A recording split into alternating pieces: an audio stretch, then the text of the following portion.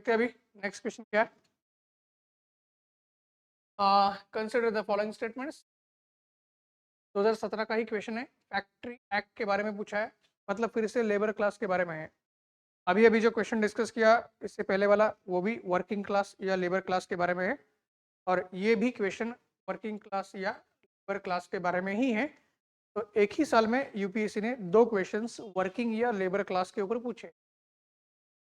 इससे पहले वाला क्वेश्चन भी एक्ट या किसी कानून या अधिनियम से जुड़ा हुआ था, अभी भी ये क्वेश्चन अधिनियम या किसी कानून से जुड़ा हुआ है। देखिए, factory act 1880 was passed with a view to fix the wages of the industrial workers and to allow the workers to form the trade union.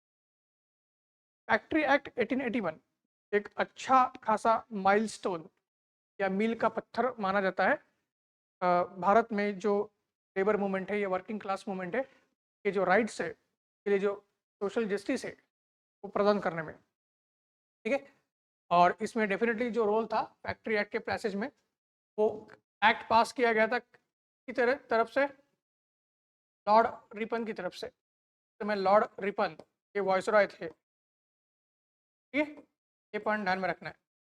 1880 से लेके 1884, और ये जो एक्ट पास हुआ था अधिनियम या कानून, वो फर्स्ट फैक्ट्री या लेबर कमीशन 1874-75 में लाया गया था। ठीक है, और उसके रिकमेंडेशंस या उसके जो कहीं ना कहीं सजेशंस थे, सुझाव थे, उनको मद्देनजर या उनको ध्यान में रखते हुए ये फैक्ट्री एक्ट पास किया गया था। ओके, और इस वजह से क्या है, वो कहीं ना कहीं भारतीयों के लिए एक लाभदायक तो होने वाला था। तो ये जो फैक्ट्री एक्ट था का फोकस, चाहे वो बच्चे हो, खास करके बच्चों के ऊपर उसका फोकस था, और उनके वर्किंग आवर्स रेगुलेट करना या उनके वर्किंग आवर्स को कम करना, ये खास करके फैक्ट्री एक्ट का फोकस था। वर्कर्स के वेजेस को फिक्स करना या वर्कर्स को ट्रेड यूनियन फॉर्म करने का अधिकार देना, ये बिल्कुल भी इस फैक्ट्री एक्ट का ऑब्जेक्टिव भी नहीं था, का प्रावधान भी नहीं था। ये रॉन्ग है। चाइल्ड लेबर को रेगुलेट करना है और उसके वर्किंग आवर्स कम करने हैं, वर्किंग आवर्स को भी कम करना है। ये 2 चीजें यहाँ पे इंपॉर्टेंट थी। पहला स्टेटमेंट गलत है, पहला गलत है तो ए ऑप्शन जाएगा, बी जाएगा। अभी बी और डी में देखते हैं।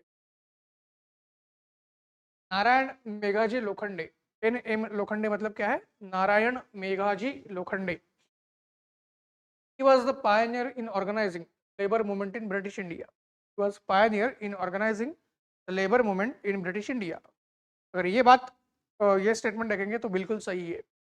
भारत में अगर वर्किंग क्लास या लेबर क्लास जो मूवमेंट है या आंदोलन है कि अगर किसी ने शुरुआत की है, कि अगर कोई जनक है तो वो नारायण मेघाजी लोखंडे है, जो मुंबई से बिलोंग करते थे। उस समय सबसे इम्पोर्टेंट जो इंडस्ट्रियल कमर्शियल मैन्युफैक्चरिंग सेंटर था भारत का, वो मुंबई था। और जाहिर सी बात है बहुत सारे कॉटन मिल्स वहाँ पे थे। कॉटन मिल्स जो वर्कर्स है उनको उन्होंने ऑर्गेनाइज किया था, एंड फिर लेबर मूवमेंट या कहीं ना कहीं मजदूर आंदोलन की शुरुआत की गई। दूसरा स्टेटमेंट सही है तो डी भी निकल जाएगा द आंसर। हमारा आंसर क्या है, बी आएगा। आइए आगे। Economically one of the results of the British rule in India 19th century, फिर से तो 2011 12 13 के आसपास यूपीएससी ने क्वेश्चंस पूछे थे। ब्रिटिश शासन का जो परिणाम है भारतीय अर्थव्यवस्था के ऊपर क्या था, के बाद फिर उन्होंने वो क्वेश्चंस नहीं पूछे थे। फिर से 3-4 साल बाद में 2018 में फिर से एक क्वेश्चन आया है। Economically one of the results of the British rule in 19th century was first increase in the export of the Indian handicrafts. Okay, increase in the export of the Indian handicrafts. अगर पहला question देखते हैं, जहाँ पे हमने discuss किया था industrial revolution Bharat में आने के बाद first half of 19th century में इम्पैक्ट क्या हुआ था, तो उसमें करेक्ट ऑप्शन हमने देखा था इंडियन हैंडीक्राफ्ट्स और रुइन। इंडियन हैंडीक्राफ्ट्स और रुइन या बर्बाद हुए थे इंडियन हैंडीक्राफ्ट और इंडियन इंडस्ट्री। तो यहाँ पे दे रहा है economically one of the results of the British rule in India in 19th century was increase in export of Indian handicraft. क्या वो पॉसिबल है? इंडियन हैंडीक्राफ्ट के एक्सपोर्ट में बढ़ावा होगा लगता है आपको? बिल्कुल नहीं, अरे आम गलत आंसर है। B, growth in the number of Indian own factories. Growth in the number of Indian own factories possible नहीं। 19th सेंचुरी दिया है उन्होंने, फर्स्ट हाफ या सेकंड हाफ नहीं दिया है। तो सेकंड हाफ में भारत में इंडस्ट्रीज आने लगी, फैक्ट्रीज आने लगी, बट वो सारी ब्रिटिश या यूरोपियन ओन फैक्ट्रीज थी या इंडस्ट्रीज थी, वो ये नहीं थी ठीक? वो भारतीय या किसी भारत के बिजनेसमैन की तरफ से तो ओन किया नहीं गया था, कंट्रोल नहीं किया गया था, तो ये भी रॉन्ग है। C, commercialisation of the Indian agriculture. C, commercialisation of the Indian agriculture. And D, rapid increase in urban population. Economically British जो रूल था उसने भारत अर्थव्यवस्था को बर्बाद किया ही था, और खास करके जो विलेज या गांव की जो अर्थव्यवस्था है वो बर्बाद हो गई थी, जो कृषि आधारित थी। कि अंग्रेज आने से पहले भी भारत में किस प्रकार से हम आधुनिक शहरीकरण देखते हैं या मॉडर्न अर्बनाइजेशन, उस तरीके का अर्बनाइजेशन था ही नहीं। मुगल काल में अर्बनाइजेशन मिलता है हमको, बट फिर भी क्या है, मुगल काल में भी ज़्यादातर जो हमारे भारत के लोग थे वो गांव में ही रहते थे, and that's why India is always known as a land of villages. ठीक है, और इसकी वजह से क्या है कि कहीं ना कहीं अगर हमें ये लगता है कि अंग्रेज आने के बाद भारत में शहरीकरण बढ़ा, तो वो पूरी तरीके से सही नहीं है। शहरीकरण दिखने लगा था, और खास करके जो ब्रिटिश इंडस्ट्रीज वगैरह आने लगी, जो गवर्नमेंट जॉब्स आ गए, रेलवे वगैरह आ गए, या जो ट्रांसपोर्ट एंड कम्युनिकेशन रिवॉल्यूशन अंग्रेज लेके आए, उसके बाद धीरे धीरे जो जॉब्स क्रिएट हुए थे, तो अर्बन एरियाज या सिटी का भी ग्रोथ हुआ था, बट वो इतने पैमाने पर नहीं था कि जिसकी वजह से हम बोल सकते हैं कि भारत आधुनिकीकरण की ओर बढ़ रहा था, शहरीकरण की ओर बहुत ज़्यादा पैमाने पर बढ़ रहा था। नो, ठीक है, अभी भी भारत में गांव का ही जो ये है प्रमाण वो ज़्यादा था, गांव का ही जो कहीं ना कहीं डोमिनेंस है वो ज़्यादा है, और इसलिए ये भी सही नहीं। Most appropriate answer is commercialisation of the है, commercialisation of the Indian agriculture. अंग्रेजों ने भारत की अर्थव्यवस्था को बर्बाद तो किया ही, और जो कृषि आधारित अर्थव्यवस्था बर्बाद की, में एक बदलाव उन्होंने ये लाया था, जो अलग अलग लैंड रेवेन्यू या भू राजस्व जो सिस्टम्स वो लेके आए थे, उसमें उनका फोकस ये था, इंग्लैंड में जो इंडस्ट्रियल रिवॉल्यूशन चल रहा है के लिए कच्चा माल आवश्यक है, के लिए क्या है, कच्चा माल आवश्यक है, तो उस कच्चे माल के लिए जरूरी है कि भारत की कृषि व्यवस्था जो है हम बर्बाद कर रहे हैं, उसको कहीं ना कहीं दूसरे रूप में भी परिवर्तित करना है। फूड क्रॉप या जो खाद्यान्न है, से कहीं ना कहीं हट के कमर्शियल क्रॉप्स, प्लांटेशन क्रॉप्स, इसके ऊपर फोकस करना है, जहाँ से ज़्यादातर जो कच्चा माल रॉ मटेरियल है वो इंग्लैंड में उनके जो इंडस्ट्रीज है उनको बहुत ही सस्ते या कम दाम में मिलेगा, या ना के बराबर के दाम में मिलेगा, और कहीं ना कहीं वो फिनिश गुड्स या मैन्युफैक्चरर्स फिर से भारत में लाके उसको बेच सकते। इस कारण C is a most appropriate answer. Commercialisation of the Indian agriculture ये सबसे सही और सटीक आंसर है। ठीक है, ज़्यादा इतना टफ क्वेश्चन नहीं है, हम आराम से सॉल्व कर सकते हैं। ठीक है, आगे क्या है, विच amongst the following provided common factor for tribal selection in India. Common factor पूछा है, कॉमन फैक्टर पूछा है फॉर ट्राइबल इन इंडिया इन 19 से 20वीं शताब्दी की बात की गई। 2011 का क्वेश्चन है। पहला, A. Introduction of a new system of land revenue and taxation of tribal products. Introduction of the new system of a land revenue and taxation of the tribal products. B.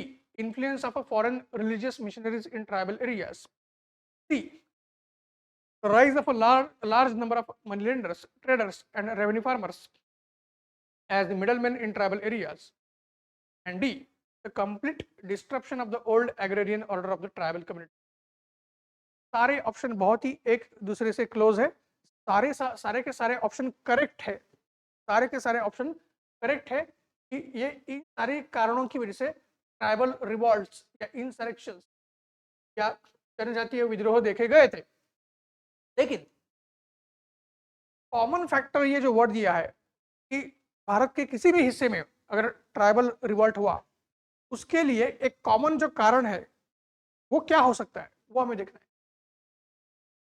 क्या introduction of the new land revenue settlement and taxation of the tribal product ये common factor हो सकता है क्या? ये हो सकता है, लेकिन कुछ हद तक, पूरी तरीके से नहीं। हो सकता है लेकिन कुछ हद तक, पूरी तरीके से नहीं। Influence of foreign religious missionaries in tribal areas ये भी एक कॉमन फैक्टर है।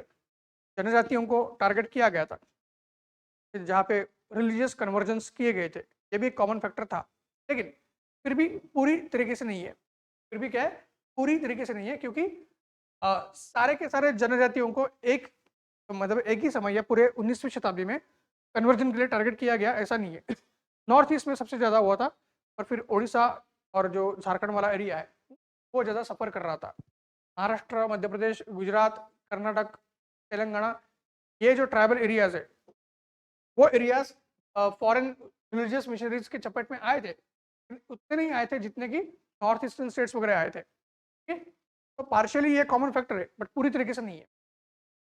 Rise of a large number of money lenders, traders and revenue farmers as a middleman in tribal areas. ठीक है, तो ये जो अंग्रेजों ने सारी चीज़ें कहीं ना कहीं इंटरफेयर करना शुरू किया था, उसकी वजह से मनी लेंडर्स का राइज हुआ था, ट्रेडर्स बाहर से आए थे, रेवेन्यू फार्मर्स आए थे जो ट्राइबल्स को एक्सप्लॉइट कर रहे थे। ये भी सही है, ये भी बहुत जगह पे देखा गया था, ये भी पार्शियली कॉमन फैक्टर है। बट इन सबके पीछे ये जो फैक्टर्स है वो कॉमन फैक्टर है, लेकिन वो पार्शियली है। पूरा का पूरा इन सबको पूरा करने वाला ऐसा कौन सा फैक्टर है, इनके इनके जड़ में कौन सा फैक्टर है कि जिसकी वजह से ये विद्रोह देखे गए थे? आंसर क्या है? डी है, द कंप्लीट। यहाँ से ऑप्शन में भी क्लू दिया है, कंप्लीट इज अ कीवर्ड। जैसे ऊपर में कॉमन फैक्टर ये कीवर्ड है, यहाँ पे कंप्लीट ये कीवर्ड है। Complete disruption of a old agrarian order of the tribal communities. Complete disruption of the old agrarian order of the tribal communities. जो ट्राइबल कम्युनिटीज है उनकी पहली जो कृषि आधारित व्यवस्था थी पूरी तरीके से तो डिस्ट्रॉय किया गया, बदला गया और फिर नई व्यवस्था को थोपा गया। और नई व्यवस्था के तहत ये सारी चीजें हमें दिखेगी। ये सबसे मूल कारण ये। इस तरीके से आंसर बहुत क्लोज हो सकते हैं, ऑप्शंस बहुत क्लोज हो सकते हैं, बट कीवर्ड्स चाहे वो क्वेश्चन में हो या कीवर्ड्स जो ऑप्शन में हो को ध्यान में रखते हुए हमें आंसर की तरफ आना है। आया ध्यान में?